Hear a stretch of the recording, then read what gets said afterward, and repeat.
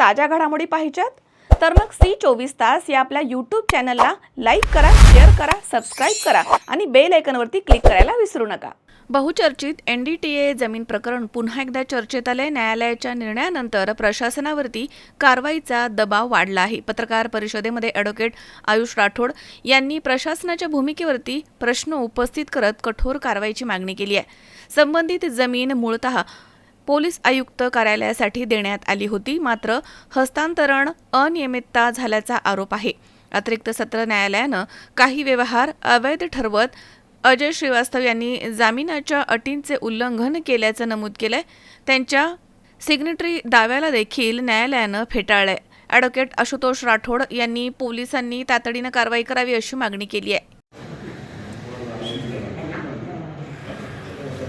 मी Ashutosh Rathod, senior advocate.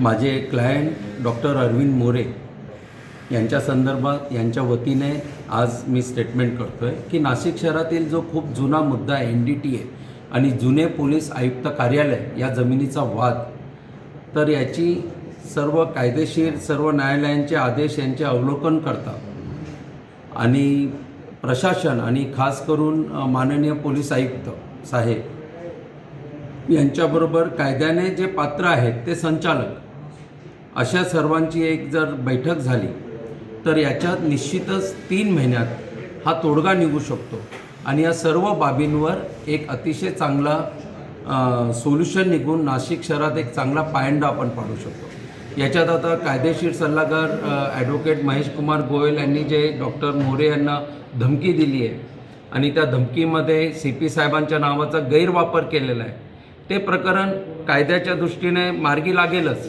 परंतु आज महत्त्वाचा मुद्दा असा आहे की NDTAच्या जागा आणि आयुक्त पोलीस जुने पोलीस आयुक्तालयाची जागा याचा कायद्याच्या चौकटीत राहून मार्ग निघू शकतो। ही आमची भूमिका जाहीरपणे मांडण्यासाठी आजची पत्रकार परिषद घेण्यात आलेली आहे। आम्ही प्रशासनाला साथ घातली आहे, त्यांनी प्रतिसाद द्यावा आणि हा प्रश्न 3 महिन्यात आपण सोडवू असा मला विश्वास आहे। त्याच्यात रीतसर माननीय पोलीस आयुक्त साहेबांना आम्ही कम्युनिकेशन केलेलं आहे।